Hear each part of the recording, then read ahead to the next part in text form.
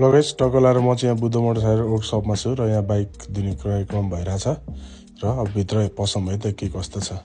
ल हाई गरिदेऊ ल पालेक पिलो बोलाउ न त्यही त पालेक पिलो बोलाउनु पर्छ अलि यहाँ बोलिरहेछ हैन। ल देखिए मेरा आकू दाई को लाइक सब्सक्राइब कर दीजिए। हम इंडिया बड़ा है, इंडिया के मेरे जितने साथी भाई लोग देख रहे हो सब लाइक कीजिए सब्सक्राइब कीजिए। यानी मेरे भैया हाकू दाई यानी नेपाल में नेपाली अपने से बड़े को दाई बोलते हैं, इंडिया में उसको भैया बोलते हैं। मेरे भैया को लाइक सब्सक्राइब कर दीजिए। जितना भी इंडिया का भाई लोग देख रहे हैं, मेरा साथी लोग देख रहे हैं, सब लाइक कर दीजिए।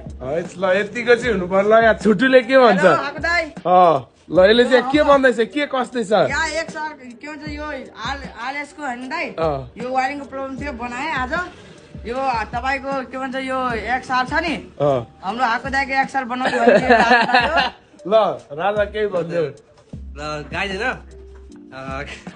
यो कस्तो लजाउँछ केटाहरु क्यामेरा देख्ने बित्तिकै ल के बनाइरा चक्का जाम्बो यसको चाहिँ चक्का फ्री गरेर हेर्नु नि माटो माटो हिलो हिलो छ यो के गर्नु ग्यारेजमा यस्तै यस्तै बाइक आउँछ अब बनाउनु परिहाल्यो हैन हाकु दाइ हेलो गाइज हाम्रो जस त्यस्तै त्यही टुरसुर गएको बाइकहरु आउँछ हैन अनि त्यही भएर के गर्नु हैन बनाउनु त पर्छ हैन। ल यस्तै ल पिस आउट ल बाइ बाइ भन्दियो ल ल